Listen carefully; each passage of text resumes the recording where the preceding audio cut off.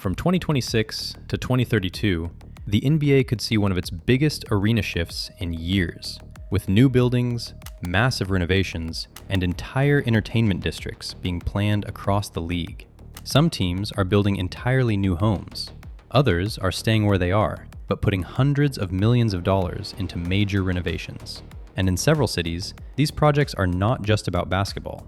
They are tied to downtown development, entertainment districts, new public spaces, mixed-use real estate, and long-term efforts to keep NBA franchises locked into their current markets. The most advanced new arena project belongs to the Oklahoma City Thunder, but they are not the only team looking toward a new building. The Philadelphia 76ers, San Antonio Spurs, and Dallas Mavericks all have future arena plans connected to the early 2030s. Meanwhile, the Washington Wizards, Utah Jazz, and Memphis Grizzlies are tied to major renovation projects that could reshape their current buildings rather than replace them entirely.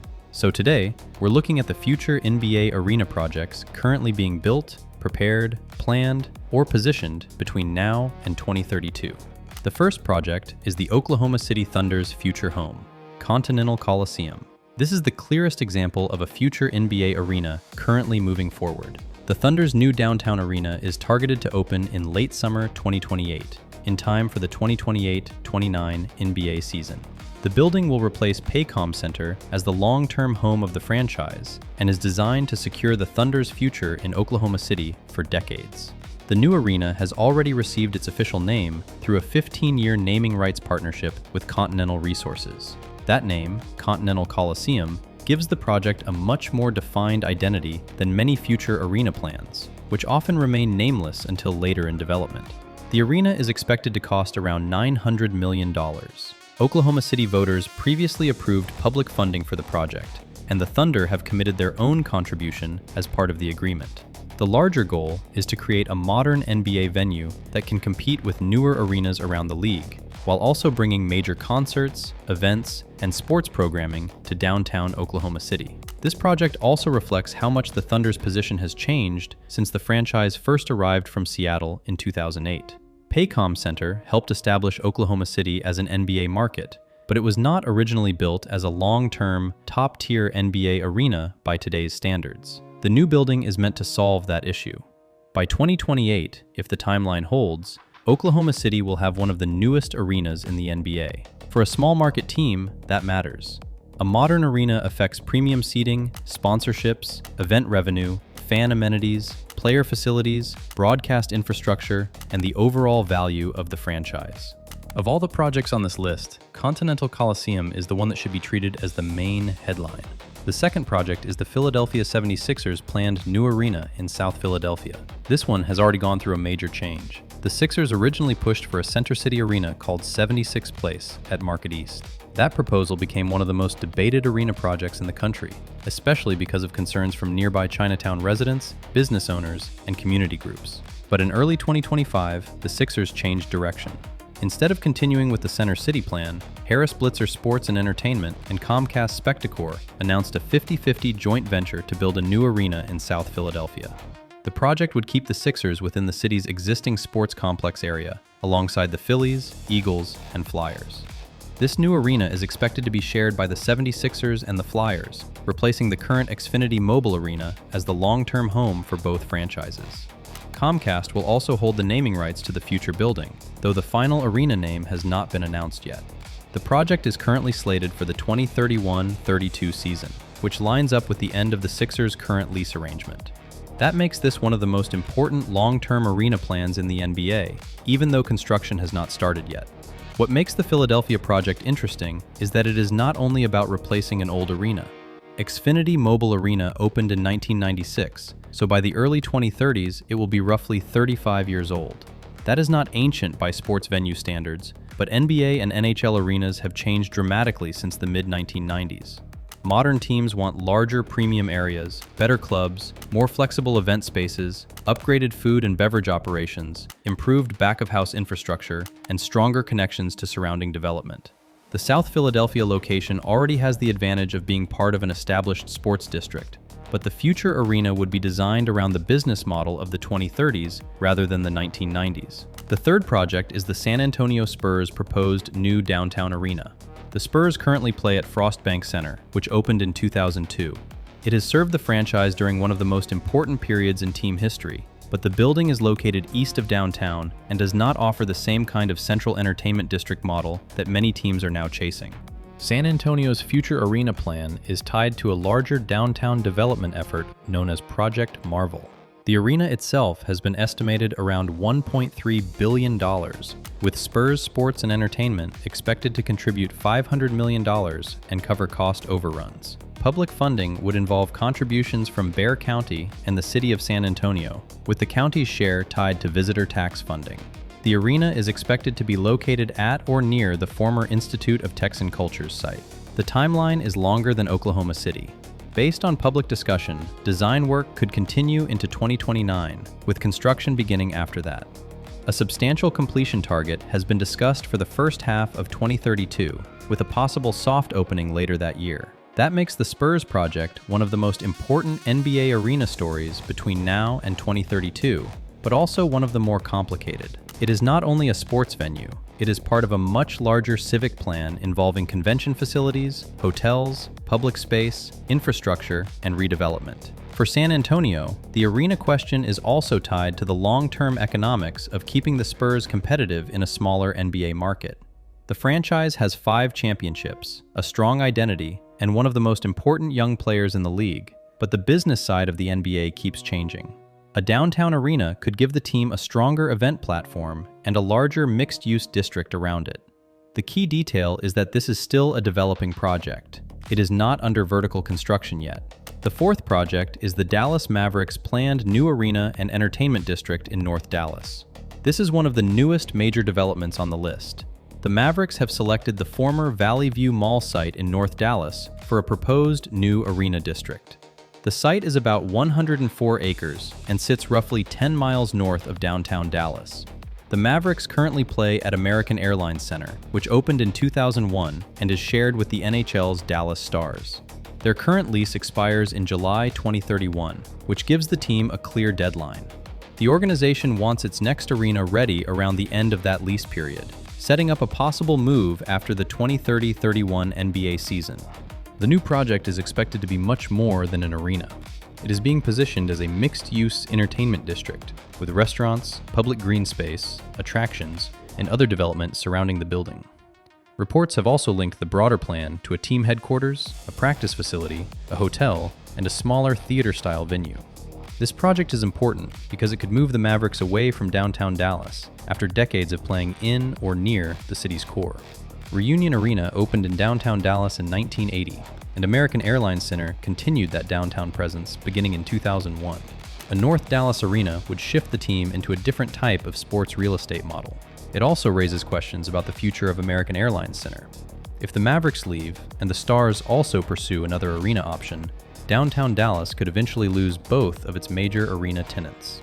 That would be a major change for the city's sports landscape. For the NBA, this project fits a broader pattern.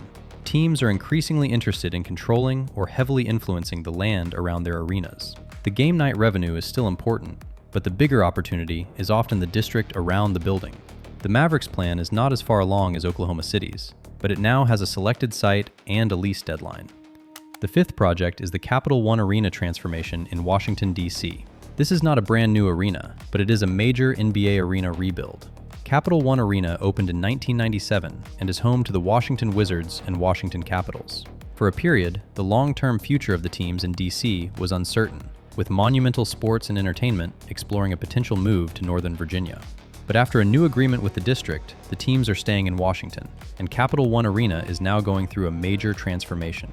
The renovation is expected to cost more than $800 million and is being delivered in multiple phases. The work is scheduled to continue through the start of the 2027-28 NBA and NHL seasons. The project includes major changes to the fan experience, premium areas, concessions, seating, team spaces, and the building's exterior presence. One of the biggest goals is to modernize the arena while keeping it in its downtown location. That matters because Capital One Arena has long been connected to the revitalization of the surrounding Gallery Place and Chinatown area. Rather than replacing the building, Monumental is trying to extend its life and make it competitive with newer venues. For the Wizards, this project is especially important because the franchise has not had the same recent on-court success as some of the other teams on this list. A renovated arena does not fix the basketball product by itself, but it does help stabilize the business side of the organization. From a video perspective, Capital One Arena works well as a renovation case study.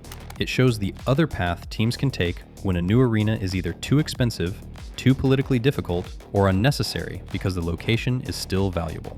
The sixth project is the Delta Center transformation in Salt Lake City. The Utah Jazz have played at Delta Center for decades, but the building is now being changed for a new era. The biggest reason is that Salt Lake City is no longer just an NBA market.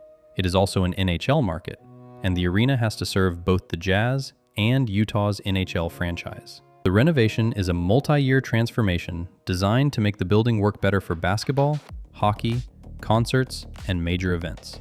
The plan includes changes to the Arena Bowl, seating, hospitality areas, concourses, entrances, and fan circulation. One of the most important technical changes is the adjustment of the Arena Bowl and event floor.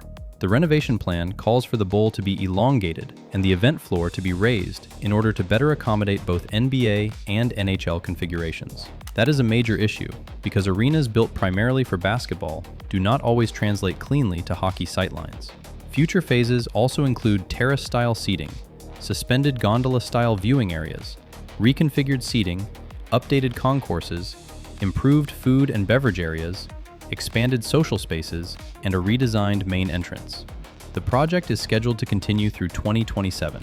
This renovation is different from Oklahoma City, Philadelphia, San Antonio, or Dallas because the Jazz are not trying to leave their building. Instead, Smith Entertainment Group is trying to make Delta Center function as a modern, dual-sport venue while preserving its downtown Salt Lake City location. That location is important. Delta Center sits in the middle of downtown and is connected to broader plans for a sports, entertainment, culture, and convention district. So even though this is a renovation, it still fits the same larger trend. Teams want their arenas to anchor bigger development zones.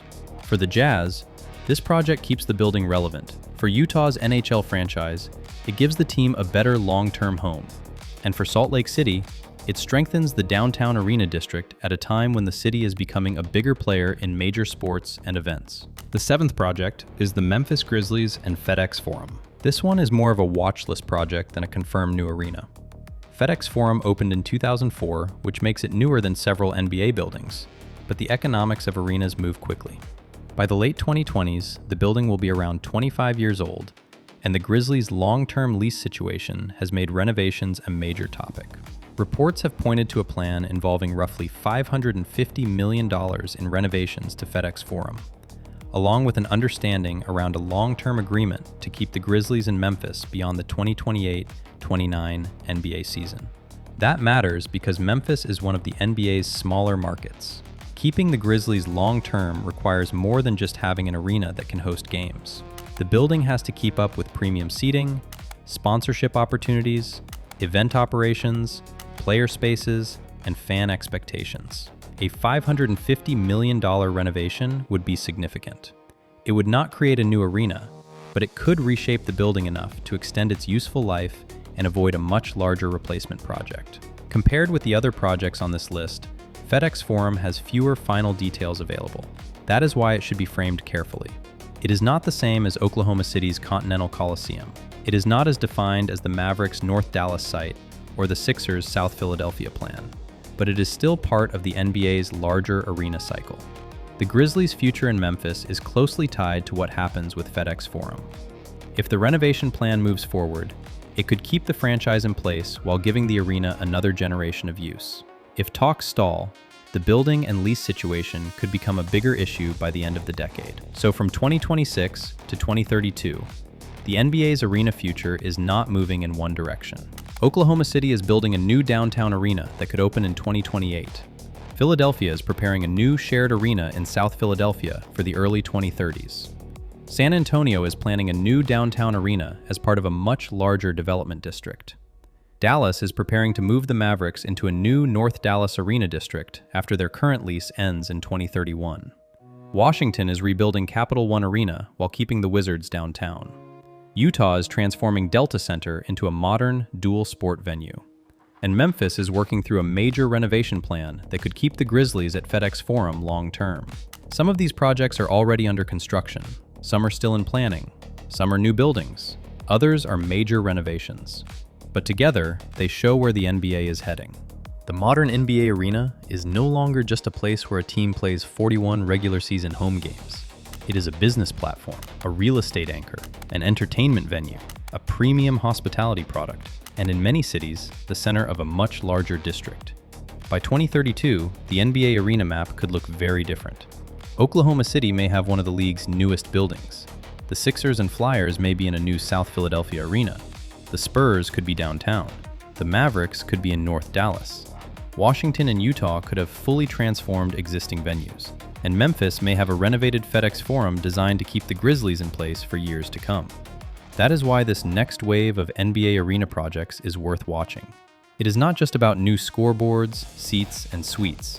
It is about where teams are placing their future, how cities are funding these buildings, and which markets are preparing themselves for the next era of professional basketball. And that is the video today on future NBA stadiums. Let me know your thoughts and feedback down below. Maybe you're in one of these cities that are being affected by these changes or new stadiums that are to come. And yeah, I'm your host, Justin. I'll see you next time on TFC Stadiums. Ciao.